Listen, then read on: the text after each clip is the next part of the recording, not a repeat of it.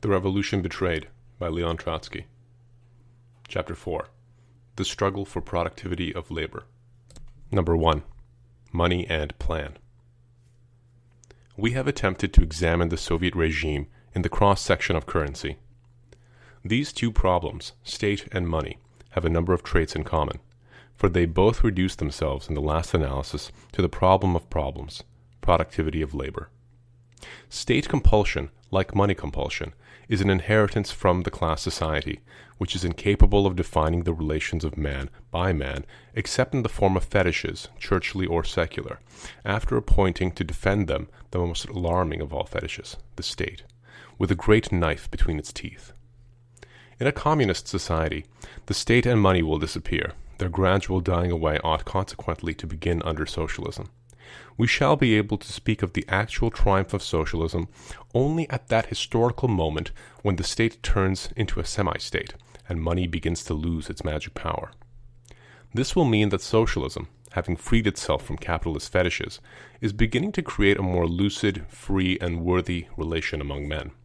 Such characteristically anarchist demands, such as the abolition of money, abolition of wages, or liquidation of the state and family, possess interest merely as models of mechanical thinking. Money cannot be arbitrarily abolished, nor the state and the old family liquidated. They have to exhaust their historic mission, evaporate, and fall away. The death blow to money fetishism will be struck only upon that stage when the steady growth of social wealth has made us bipeds forget our miserly attitude toward every excess minute of labor and our humiliating fear about the size of our ration. Having lost its ability to bring happiness or trample men in the dust, money will turn into mere bookkeeping receipts for the convenience of statisticians and for planning purposes. In the still more distant future, probably these receipts will not be needed, but we can leave this question entirely to posterity, who will be more intelligent than we are. The nationalization of the means of production and credit, the cooperative or statizing of internal trade, the monopoly of foreign trade, the collectivization of agriculture, the law on inheritance, set strict limits upon the personal accumulation of money and hinder its conversion into private capital, usurious, commercial, and industrial.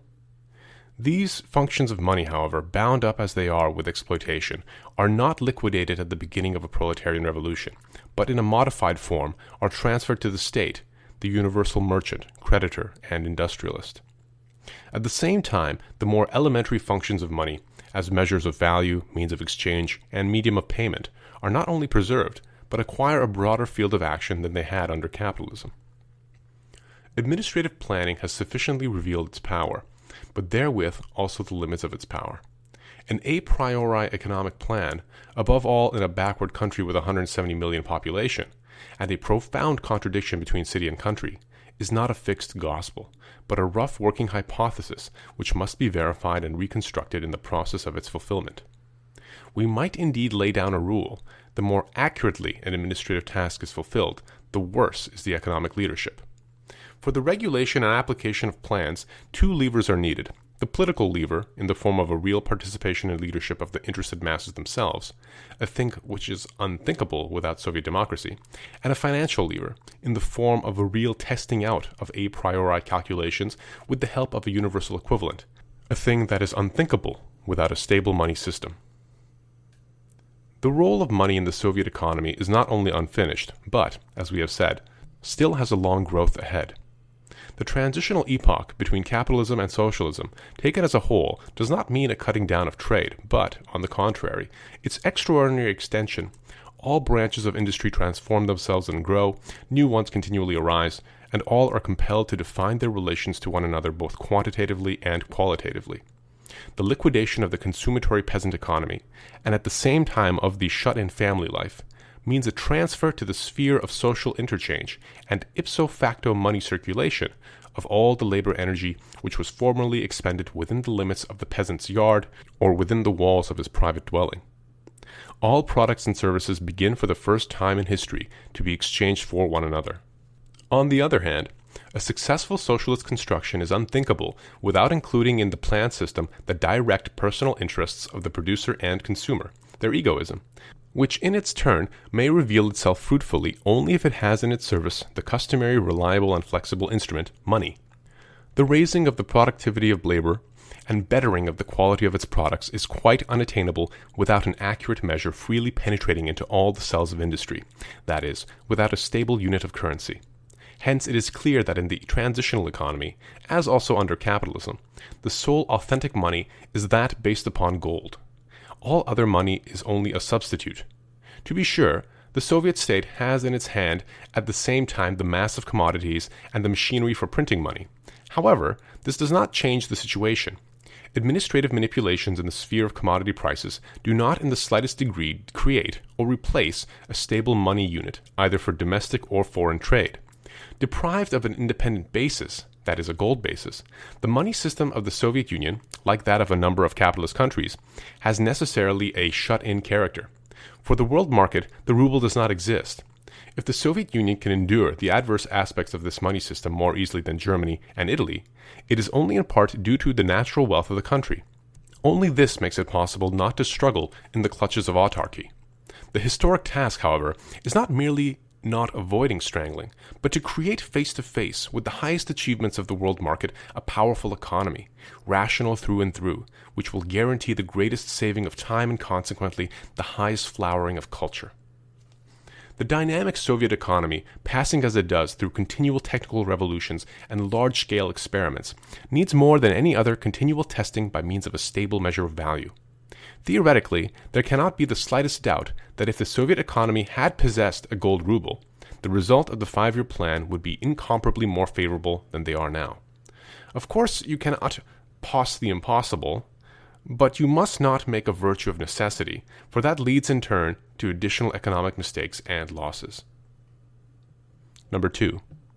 Socialist inflation. The history of the Soviet currency is not only a history of economic difficulties, successes, and failures, but also a history of the zigzags of bureaucratic thought.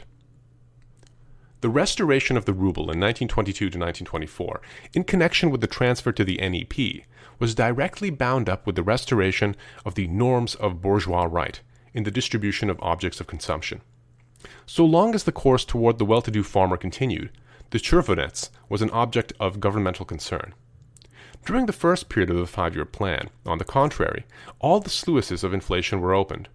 From 0.7 billion rubles at the beginning of 1925, the total issue of currency had arisen, by the beginning of 1928, to the comparatively modest sum of 1.7 billion rubles, which is approximately comparable to the paper money circulation of Tsarist Russia on the eve of the war. But this, of course, without its former metallic basis. The subsequent curve of inflation from year to year is depicted in the following feverish series: 2.0, 2.8, 4.3, 5.5, 8.4. The final figure, 8.4 billion rubles, was reached at the beginning of 1933. After that came the years of reconsideration and retreat, 6.9, 7.7, 7.9 billion in 1935. The ruble of 1924, equal in the official exchange to 13 francs, had been reduced in November 1935 to 3 francs. That is, to less than a fourth of its value, or almost as much as the French franc was reduced as a result of the war. Both parties, the old and the new, are very conditional in character. The purchasing power of the ruble in world prices now hardly equal 1.5 francs.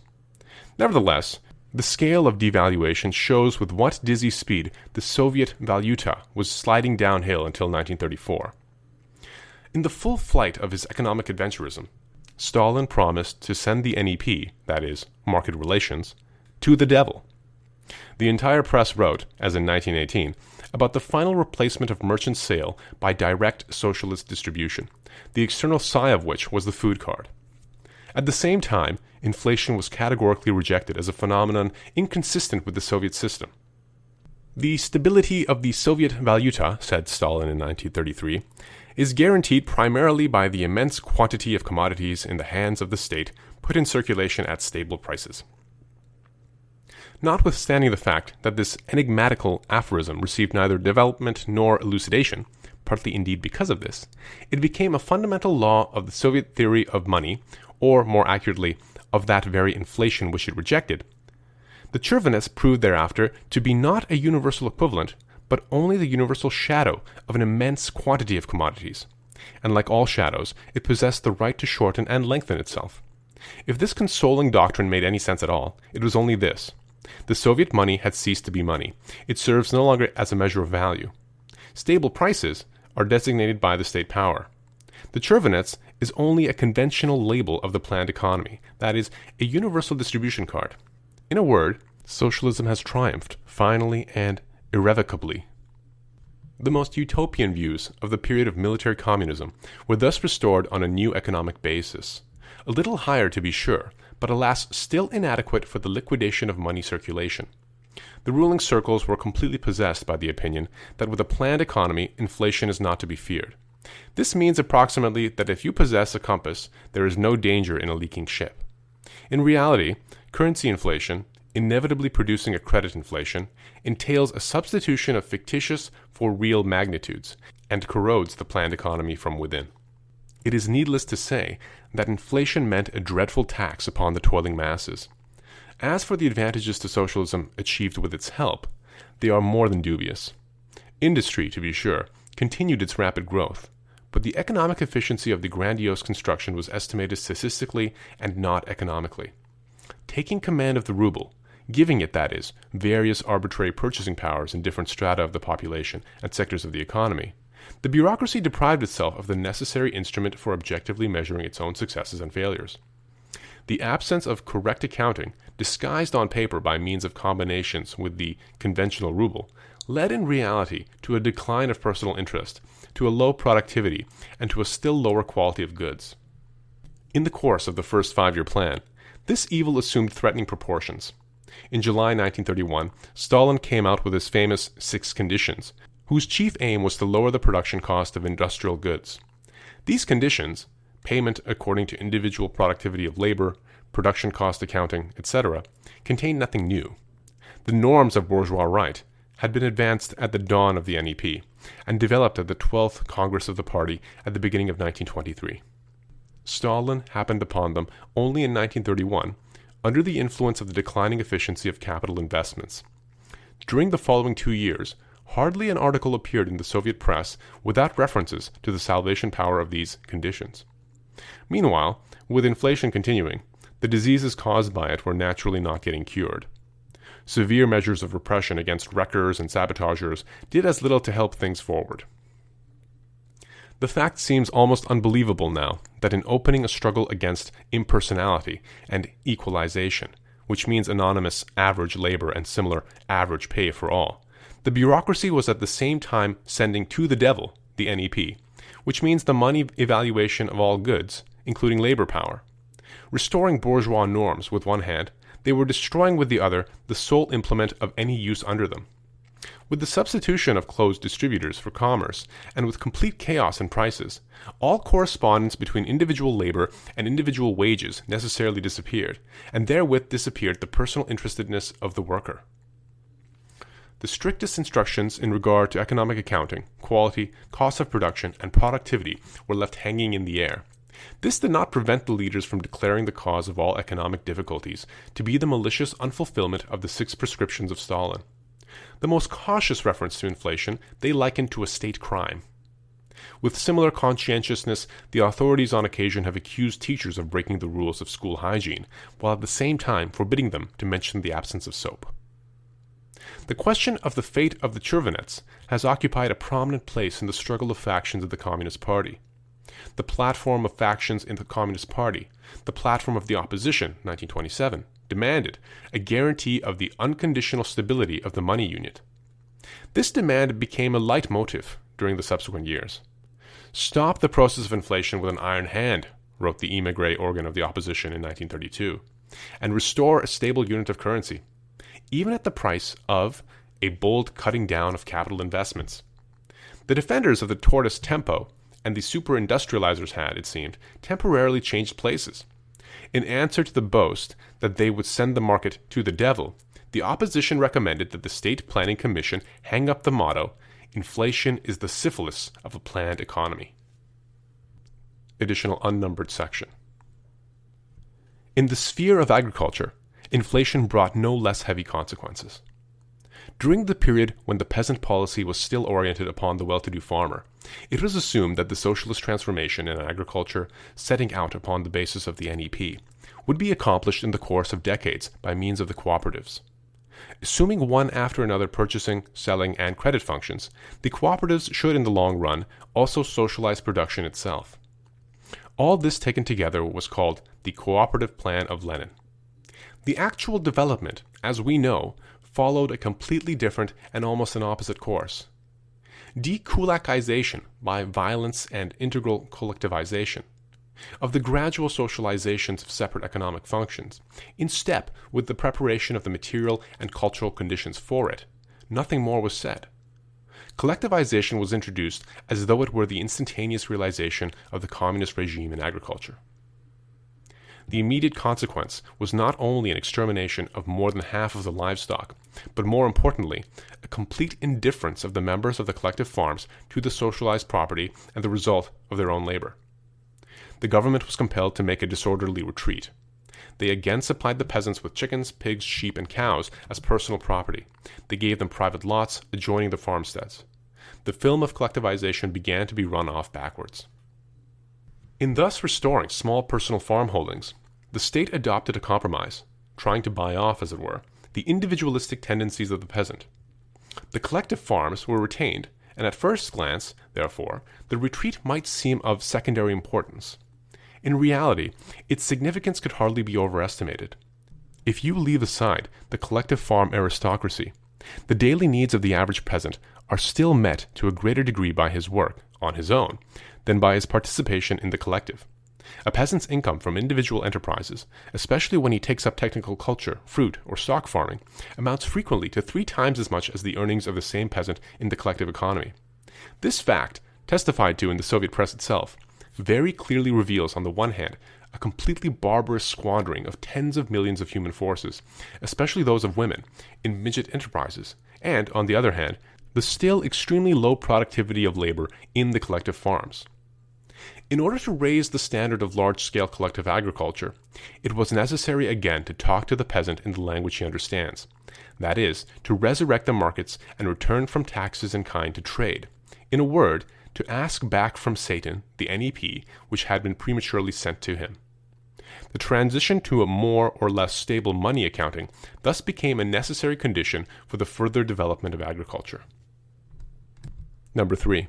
The rehabilitation of the ruble. The owl of wisdom flies, as is well known, after sunset.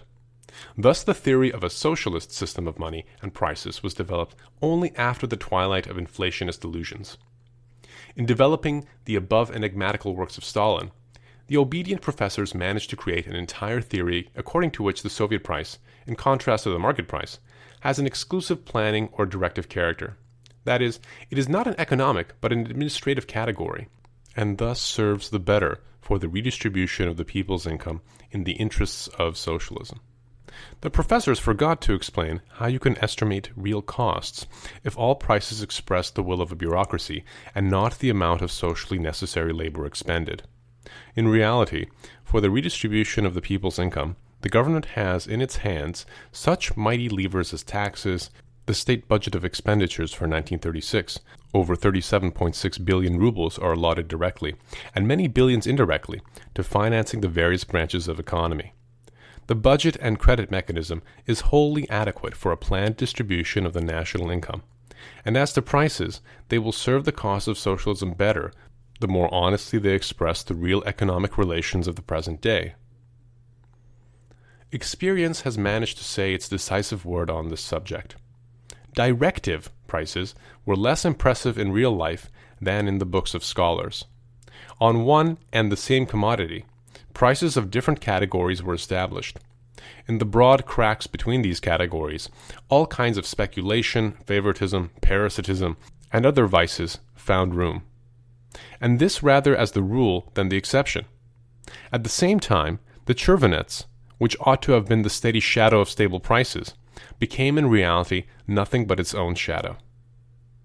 It was again necessary to make a sharp change of course, this time as a result of difficulties which grew out of the economic successes. 1935 opened with the abolition of bread cards. By October, cards for other food products were liquidated. By January 1936, cards for industrial products of general consumption were abolished. The economic relations of the city and the country to the state and to each other were translated into the language of money.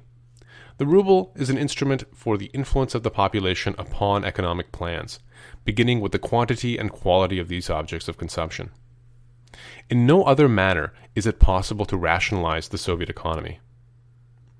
The president of the State Planning Commission announced in December 1935, begin quote, "The present system of mutual relations between the banks and industry must be revised, and the banks must seriously realize control by the ruble." End quote. Thus the superstition of administrative plan and the illusion of administrative prices were shipwrecked. If the approach to socialism means in the fiscal sphere the approach of the ruble to a distribution card, then the reforms of 1935 would have to be regarded as a departure from socialism.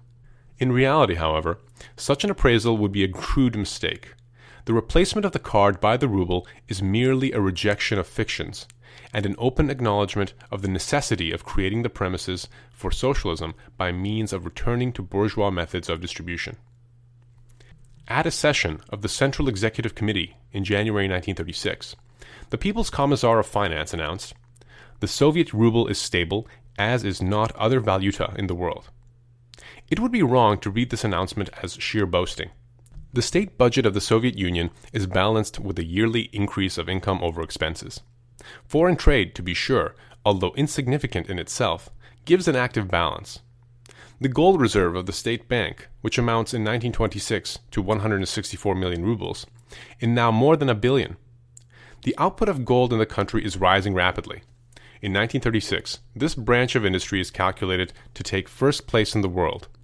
The growth of commodity circulation under the restored market has become very rapid. Paper money inflation was actually stopped in 1934. The elements of a certain stabilization of the ruble exist. Nevertheless, the announcement of the People's Commissar of Finance must be explained to a considerable extent by an inflation of optimism. If the Soviet ruble possesses a mighty support in the general rise of industry, still its Achilles heel is the intolerably high cost of production. The ruble will become the most stable valuta only from that moment when the Soviet productivity of labor exceeds that of the rest of the world, and when, consequently, the ruble itself will be mediating on its final hour. From a technically fiscal point of view, the ruble can still less lay claim to superiority. With a gold reserve of over $1 billion, about 8 billions of banknotes are in circulation in the country. The coverage, therefore, amounts to only 12.5%. The gold in the state bank is still considerably more in the nature of an inviolate reserve for the purposes of war than the basis of a currency. Theoretically, to be sure, it is not impossible that at a higher stage of development the Soviets will resort to a gold currency in order to make domestic economic plans precise and simplify economic relations with foreign countries. Thus, before giving up the ghost, the currency might once more flare up with the gleam of pure gold. But this, in any case, is not a problem of the immediate future. In the period to come, there can be no talk of going over to the gold standard. Insofar, however, as the government, by increasing the gold reserve, is trying to raise the percentage, even of a purely theoretical coverage, insofar as the limits of banknote emission are objectively determined and not dependent upon the will of the bureaucracy, to that extent the Soviet ruble may achieve at least a relative stability. That alone would be of enormous benefit. With a firm rejection of inflation in the future, the currency, although deprived of the advantage of the gold standard, could indubitably help to cure the many deep wounds inflicted upon the economy by the bureaucratic subjectivism of the preceding years. Number 4. The Stakhanov moment. All economy, wrote Marx, and that means all human struggle with nature at all stages of civilization, comes down in the last analysis to an economy of time. Reduced to its primary basis, history is nothing but a struggle for an economy of working time. Socialism could not be justified by the abolition of exploitation alone. It must guarantee to society a higher economy of time than is guaranteed by capitalism. Without the realization of this condition, the mere removal of exploitation would be but a dramatic episode without a future. The first historical experiment in the application of socialist methods has revealed the great possibilities contained in them. But the Soviet economy is still far from learning to make use of time, that most precious raw material of culture. The imported technique, the chief implement for the economy of time, still fails to produce on the Soviet soil those results which are normal in its capitalist fatherlands. In that sense, decisive for all civilization, socialism has not yet triumphed. It has shown that it can and should triumph, but it has not yet triumphed. All assertions to the contrary are the fruit of ignorance and charlatanism. Molotov, who sometimes, to do him justice, reveals a little more freedom from the ritual phrase than other Soviet leaders, declared in January 1936 at a session of the Central Executive Committee, begin quote, "Our average level of productivity of labor is still considerably below that of America and Europe," end quote. It would be well to make these words precise approximately thus: 3, 5, and sometimes even 10 times as low as that of Europe and America, and our cost of production is correspondingly considerably higher. In the same speech, Molotov made a more general confession, begin quote, "The average level of culture of our workers still stands below the corresponding level of the workers of a number of capitalist countries," end quote. To this should be added also the average standard of living. There is no need of explaining how mercilessly these sober words, spoken in passing, refute the boastful announcements of the innumerable official authorities and the honeyed outpourings of the foreign friends. The struggle to raise the productivity of labor, together with concern about defense, is the fundamental content of the activity of the Soviet government.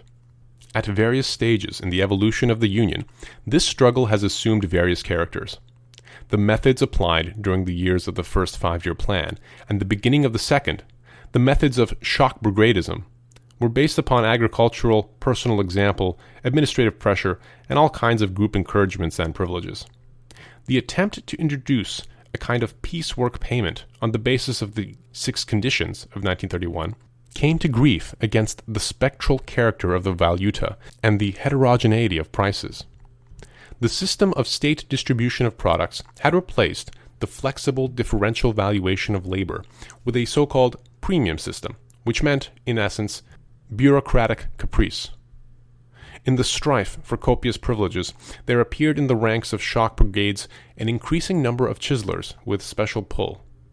In the long run, the whole system came into complete opposition with its own aims. Only the abolition of the card system, the beginning of stabilization, and the unification of prices created the condition for the application of piecework payment. Upon this basis, shock brigadism was replaced with the so-called Stakhanov movement. In the chase after the ruble, which had now acquired a very real meaning, the workers began to concern themselves more about their machines and make a more careful use of their working time. The Stakhanov movement, to a degree, comes down to an intensification of labor, and even to a lengthening of the workday. During the so-called non-working time, the Stakhanovists put their benches and tools in order and sort their raw materials. The brigadiers instruct their brigades, etc. Of the 7-hour working day, there thus remains nothing but the name. It was not the Soviet administrators who invented the secret of piecework payment. That system, which strains the nerves without visible external compulsion, Marx considered the most suitable to capitalistic methods of production. The workers greeted this innovation not only without sympathy, but with hostility. It would have been unnatural to expect anything else of them.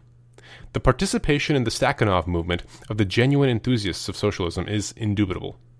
To what extent they exceed the number of mere careerists and cheaters, especially in the sphere of administration, it would be hard to say. But the main mass of the workers approaches the new mode of payment from the point of view of the ruble, and is often compelled to perceive that it is getting shorter. Although at first glance the return of the Soviet government, after the final and irrevocable triumph of socialism, to piecework payment might seem a retreat to capitalist relations, in reality it is necessary to repeat here what was said about the rehabilitation of the ruble. It is not a question of renouncing socialism, but merely of abandoning crude illusions. The form of wage payment is simply brought into better correspondence with the real resources of the country. Law can never be higher than the economic structure. However, the ruling stratum of the Soviet Union cannot yet get along without a social disguise.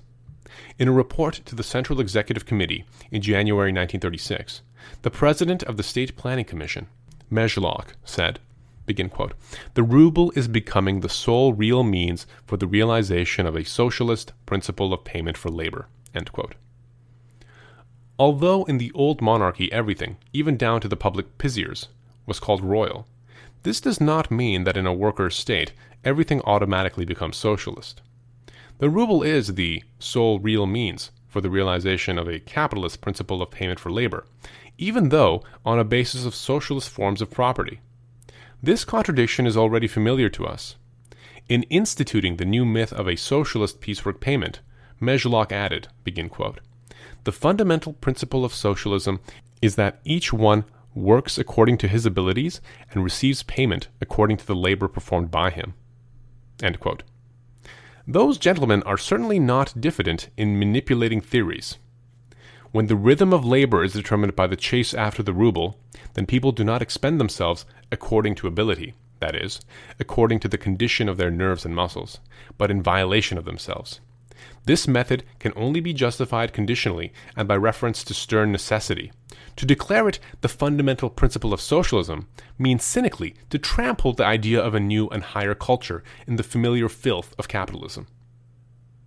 Stalin has taken one more step upon this road, presenting the Stakhanov movement as a preparation of the conditions for the transition from socialism to communism. The reader will see now how important it may be to give a scientific definition to those notions which are employed in the Soviet Union according to administrative convenience. Socialism, or the lowest stage of communism, demands, to be sure, a strict control of the amount of labor and the amount of consumption, but it assumes, in any case, more humane forms of control than those invented by the exploitive genius of capital. In the Soviet Union, however, there is now taking place a ruthlessly severe fitting in of backward human material to the technique borrowed from capitalism. In the struggle to achieve European and American standards, the classic methods of exploitation, such as piecework payment, are applied in such naked and crude forms as would not be permitted even by reformist trade unions in bourgeois societies. The consideration that in the Soviet Union the workers work for themselves is true only in historical perspective and only on condition, we will anticipate ourselves to say, that the workers do not submit to the saddle of an autocratic bureaucracy. In any case, state ownership of the means of production does not turn manure into gold, and does not surround with a halo of sanctity the sweatshop system which wears out the greatest of all productive forces, man.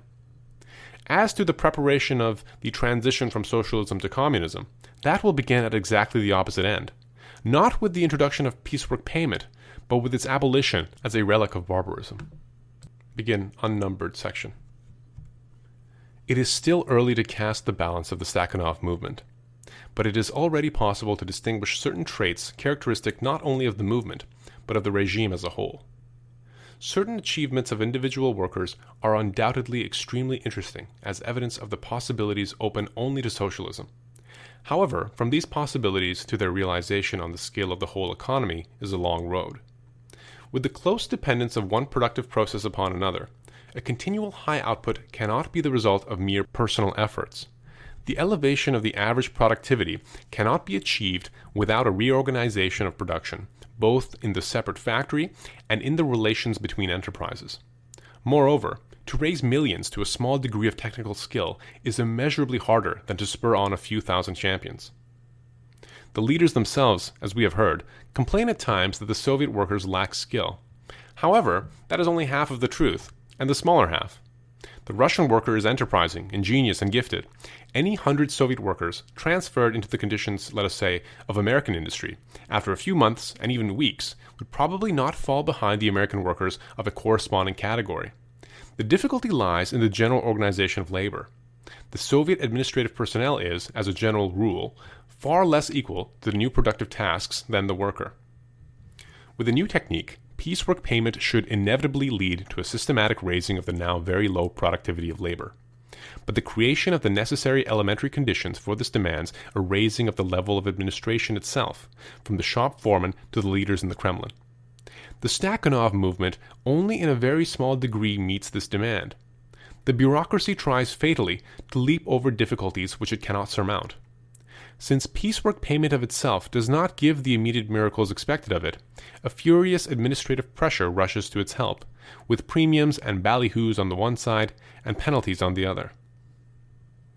The first steps of the movement were signalized with mass repressions against the technical engineering personnel and the workers accused of resistance, sabotage, and in some cases even of the murder of stakhanovists. The severity of repressions testifies to the strength of the resistance. The bosses explained this so-called sabotage as a political opposition. In reality, it was most often rooted in technical, economic, and cultural difficulties, a considerable portion of which found their source in the bureaucracy itself. The sabotage was soon apparently broken. The discontented were frightened. The perspicuous were silenced. Telegrams flew around about unheard-of achievements.